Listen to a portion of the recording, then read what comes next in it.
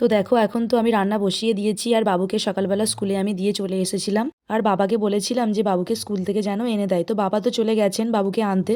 তো আমি সেই ফাঁকে রান্নাগুলো করে নিচ্ছিলাম। এই যে দেখো ফুলকপি দিয়ে একটা সবজি করব, তো আগে সবজিগুলো কেটে নিয়েছিলাম বটি দিয়ে, তো এই ফুলকপিটা আমি এখন ছুরি দিয়ে কেটে নিচ্ছি।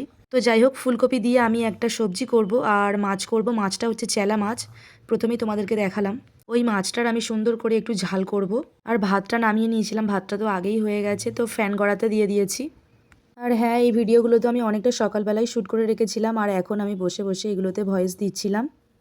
সারা দিনটা কিন্তু আমি একটুও সময় পাই না, কারণ বাবু তো ঘুমিয়ে পড়েছে, আর সারাদিন পরে এই সময়টাই পাই আমি ফাঁকা, তো সেই সময়টাতেই আমি ভিডিওগুলো এডিট করে নিই। নিজেকে একটু সময় দিই না বললেই চলে, তাই শরীরটা আমার কেমন কেমন হচ্ছেও একটু ঘুমানোর জন্য। তো এই ভিডিওটা আমি রেডি করে নিয়ে আমি একটু ঘুমাবো, কারণ শরীরটা একদমই ভাল লাগছে না।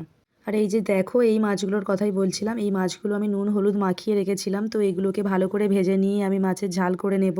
সারা দিনটা যে কিভাবে কেটে যায় কাজ করতে করতে, তার কোনো ঠিক ঠিকানা নেই। নিজে যে একটু রেস্ট নেব, তো সেই সময়টা পাই না। কিছু কিছু মানুষ যে কি করে বলে যে সারাদিন বাড়িতে মেয়েরা কি করে, তার ঠিক ঠিকানা নেই। তো একটা সংসারী মেয়ের যে সারাদিন কত কাজ থাকে সেটা একটা মেয়েই জানে। সকাল থেকে একটার পর একটা কাজ যেন হাঁ করে থাকে। মাঝে মাঝে না এইসব একঘেয়ে কাজ করতে করতে মনে হয় যেন কোথাও চলে যাই। আর হ্যাঁ, কিছু কিছু মানুষ আছে আমাকে এত ভালো ভালো কমেন্টস করে, আমার কিন্তু খুবই ভালো লাগে।